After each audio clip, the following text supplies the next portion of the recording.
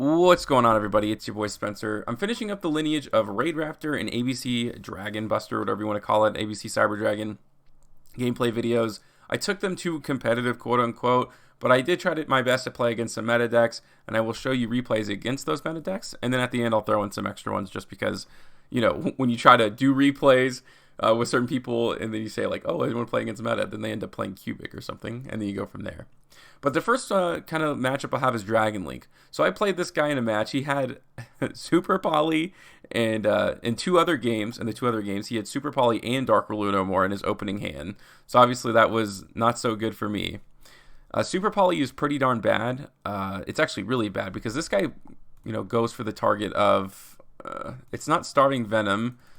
It's one of the Predaplants, so it's 3 Dark Monsters. So this is awful for me.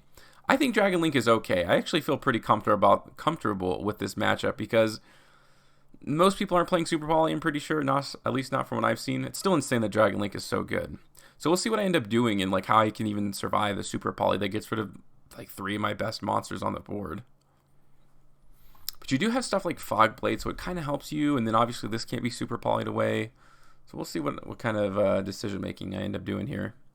It just sucks. You just can't respond to it. There's nothing you can do. So there we go. What, like 5 forms of disruption were just removed? I can't let him attack. That would have been the end of the game. So he goes into Predaplant, Verde, Anaconda. I can bring back at least the Rusty. We'll see what I end up doing. I think he goes for Super Poly twice. I didn't know you could actually activate this card twice even. Yeah, I guess so. This doesn't even have to say once per turn. Unreal. Okay, so I'm down to literally 1 monster again, but a really good top deck of Tribute Lania. So I'm basically just going to be able to go through my plays, right here on the board. And I still had the Nest from last turn, which is really, really cool. I think I just need to go into a 2, and then I can go into like Evil Swarm Nightmare, but that's not too important. I'll rank up into Arc Rebellion XYZ, and that would give me definitely enough attack to finish the game. So that was pretty neat to be able to kind of finish that off from the position that I was in. Alright, so now we're going to, I think I've, oh, wow, you like that replay? Let's see if I can play Tri-Brigade.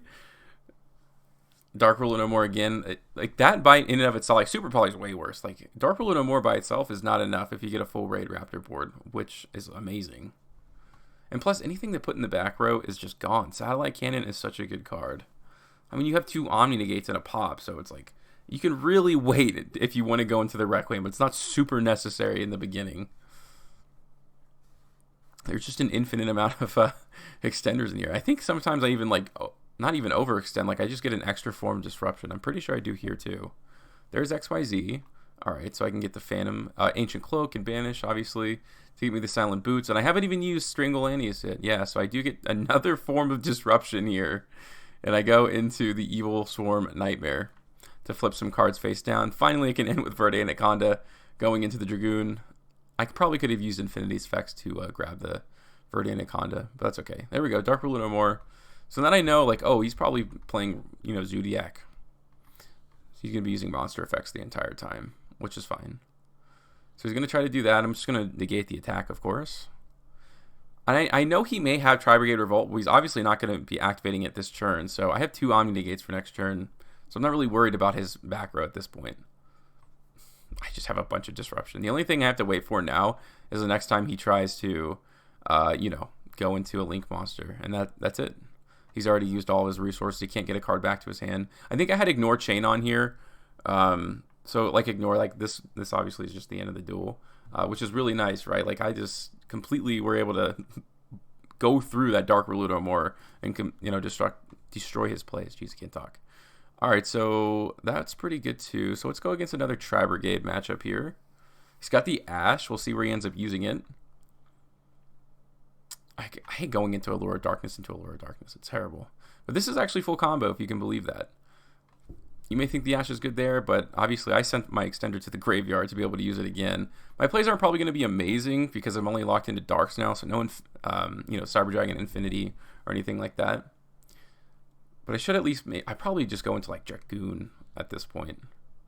Like you don't want to go crazy. You want to set yourself up for next play and go from there. It's possible. All right, so we can go ahead and send the cloaks. So I'm going to have a Fog Blade here, which is very nice. I can try to extend a little further. I wanted to see if I can find one more card to get me a rank 4 on the field, but I couldn't. Okay, so He's got 4 cards in hand. He's probably going to go for, you know, the Pot of Desires. You just have to stop their link summoning, obviously. That's the whole thing. So you wait till they like waste their resources and go from there. Or stop the normal summon. That too, I think, is really good. Especially when you're playing pure. Alright, so he's going to kind of go for 2. And I had the Fog Blade, so I already knew, you know, I was going to be able to stop one of his link summonings. He gets the Harpy's Feather Duster. That's okay. It doesn't really matter. It would have been nice to have the Soul Shape Force, but alas. Tribute Lanius is like essentially like a play starter in and of itself, which is really cool. If you're able to get that back to your hand, the Nest is pretty darn neat. I'm not going to gate that because I'm pretty sure this is a Revolt, or at least I thought it was at the time. And I can even just kind of send some of my extenders and get them with Fog Blade. Pretty neat. Alright, so since he has no cards, I'm obviously going to be negating that. And that actually gives me enough for lethal. Although I may have been the same either way. Yeah, it definitely was. Pretty cool. Pretty cool to be able to beat Tri-Brigade, I would say. Alright, so now we can kind of go back here. And let's go against some like random decks. Maybe Eldlich. We'll work our way up closer to casual. Card of Demise, that's pretty interesting. I feel like I would have maybe used that. So it's like... Eldlich Dogmatica, but you know, when you have Lightning Storm, a lot of those kinds of ideas like kind of go by the wayside. And I have full combo here, so there is no next turn for this guy. It would have to be like a Nibiru in hand, but it's definitely not going to be. And I'm pretty sure I'm going to show the next one too, because I haven't shown like a lot of satellite cannon and like what it really actually does. I've only talked about it. I think in the next Eldlich matchup I do that too. So this is obviously just going second, you know, just having those kinds of cards. And that's the thing, like Lightning Storm does nothing against this deck. So a lot of those really popular going second cards, Forbidden Droplets to me is even better because they're gonna have to negate 3 cards on the field, but then you still have the rank up magic. So they're gonna have the Lightning Storm, but even if they had the Lightning Storm, then you would just chain, you know, the rank up and go into Requiem, which is cool. Okay, this is obviously full board too. I think in one of these replays that I saved, I think Skullmeister is used as a play starter. It's like Skullmeister and Kagatoke. It's pretty insane, in my opinion. Alright, Heal Eagle. Very good one of, because you kind of don't want it in your opening hand. The rank 3 is a little awkward. But if you just need to go into like link material for either Rusty or Y-Strix, super good. Alright, that's going to go into Rusty. Again, I think I've shown like 5 different ways now to achieve kind of the full combo. It's just so consistent. You know, there are definitely bricks in the deck, no doubt. That is really the only thing that's going to stop you. Alright, here we go. So he doesn't have any hand traps. These are all trap cards. Obviously, this deck is not orientated to go second. And I'll use that effect to leave me a couple zones open. Why not? Going to try to set it and go into end phase, but yeah, you can't, dude. I'm going to go right into Satellite, and all of these are gone. So no Solemn Strike, no Punishment, no Conquistador, no Ice Dragon's Prison, or another Solemn Strike. It's Ripperoni. That's it. Okay, so I guess we can kind of go into like the rest of these replays now. Let's see. Didn't show these ones. Let's go into Tenyi. Anyone playing Tenyi? He's got the Ash. If you've never played Raidraptor before, there's no way you would like really know when to Ash. That would have been a pretty decent spot in my opinion. But he's probably going to wait till I go into the link.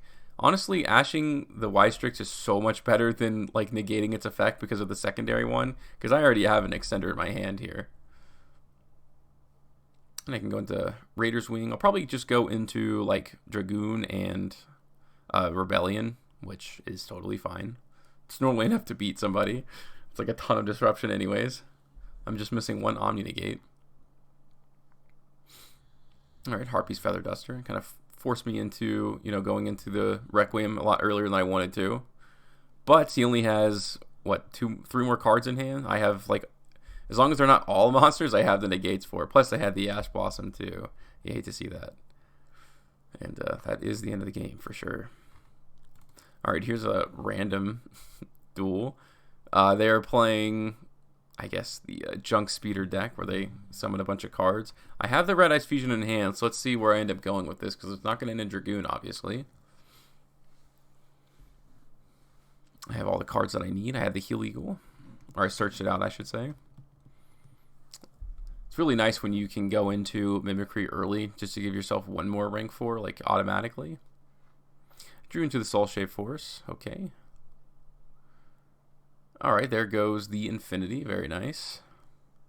Probably going to the Rebellion. So, yeah, I mean, this is going to be what? A pop, 3 monster negates, and an Omni negate? How horrible that I don't have Red Eyes Fusion. Plus, this is like a really good follow-up play. Like, right, if they actually ended up going through this board, and I just have that definitely would be super unexpected and probably just win me the game. Alright, here's a match against Heroes, I suppose. This is the one I think that tries to, negate the effects of face-up monsters while your opponent controls them. It's like a stun deck, a stun hero deck.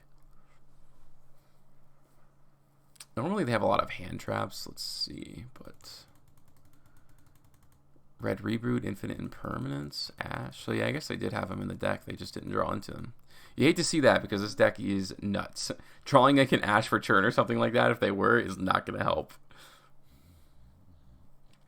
So, like, the ceiling of this deck is, it can literally beat anybody. Like, that's the thing, but, you know, it's just not meta because sometimes you'll have, you know, one of your play starters will get Ash, and you're like, that sucks.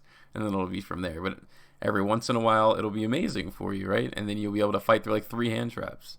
It's just the nature of this strategy. But this is, like, legit. There's no doubt about that. All right, the Vision Hero Vion definitely going to be negating.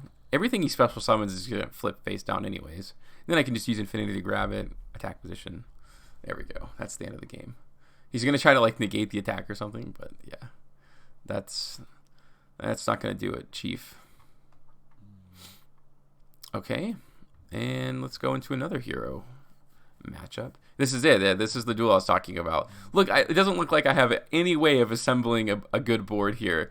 2 non-Raidraptor monsters, one of them's a hand trap, and it's going to help me combo through. That's pretty awesome. I enjoy that a lot. That's why I actually like Skullmeister so much. Because I'm pretty sure DD Crow is not a level 4. So for the one-off chance that this happens, you'll at least be able to combo through. And actually all the way through. Like, this is it. This is going to be full board. So he has Mass Change. He's got Denier. Cool. Ferris is obviously pretty good. This card's great against like infinite permanents, but I have hard negates, you know. This is nuts to be able to do this, by the way. This is like one of the best combo end boards I think in Yu-Gi-Oh! It used to be the best with the Utopia XYZ monster. Zexal. Couldn't activate any cards. Nuts. Couldn't activate any cards and I prevented special summoning. With Infinity sometimes. But I would say this isn't too far off at all. We're going to go ahead and pop the Ferris, probably. Pop his Extender. See you later. Oh, I guess it can't be destroyed by card effects. Reading's hard, so what are you going to do? I probably, like, misuse all my interruption, but I have so much of it, it doesn't really matter. Which is funny. And I still have the Fog Blade. I haven't even used that yet. He's just got 1 card floating out there, and I don't think he has any more cards to, you know, deal with. All right, here's a Gizmek. All right, the Vanishing Lannies. He's going to go for the Infinite Impermanence. So this is what I'm talking about. Sometimes this is it, but obviously not now. That was a very, in retrospect, a very misused timing of that card, thinking like, oh, that's it. This is a super normal heavy summon reliant deck. It kind of used to be, but definitely not anymore with the new cards that have come out recently. Yeah, it's definitely good enough. All right, Singing Lanius. So the hand trap essentially like are the you know, when I tried to use that effect because I already had all the special summons, it was just to test the waters to see if he had any and to see if I could bait him out. Obviously, it worked in that case.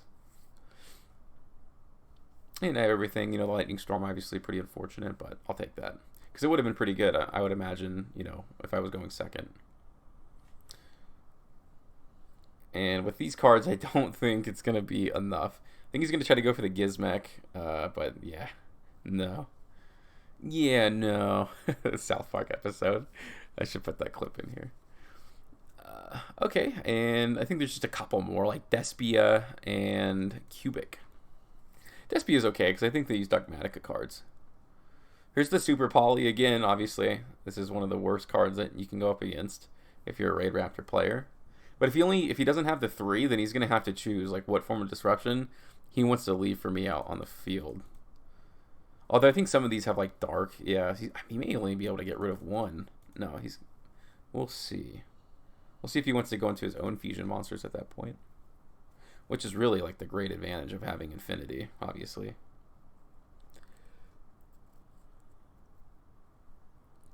Alright, there goes the Viridian Anaconda.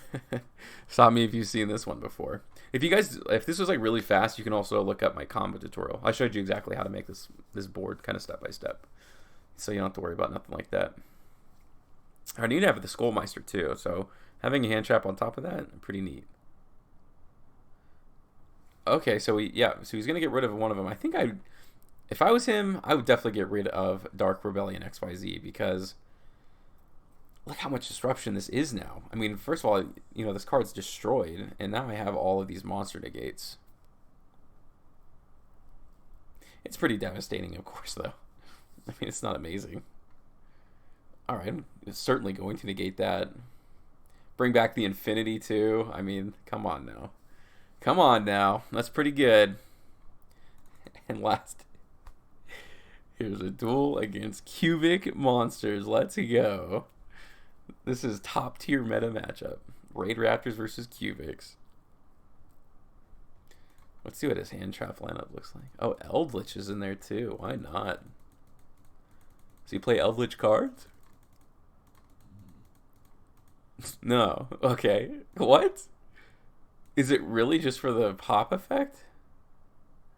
Oh, that's pretty interesting. Well, I guess it does get rid of... I think these need to go in the graveyard, like some of the cubic cards. That is pretty interesting, I gotta say. Okay. Let's see if I can go all the way. Yeah, I definitely can. I had like one more card past extension than I needed, so... Oh, horrible, right? What a horrible situation to be in. How will I ever win this game? Now I'm gonna starve. Okay, I'll definitely let that go through. I'll negate that. And yeah, that's it. He's probably gonna try to set these down. I'm gonna, destroy him during the end phase, or I guess I didn't even have to technically, but to each their own at that point. And I believe that is all the Raidraptor gameplay videos there. So you saw a little bit of everything, but you did see some real, meta stuff. So that was important for me to show you that it can certainly 100% compete even through some of the best forms of like going second cards in the entire game. So that's going to do it for Raidraptor for a while. Other than that, that's going to do it for today's video, and I'll see you guys next time.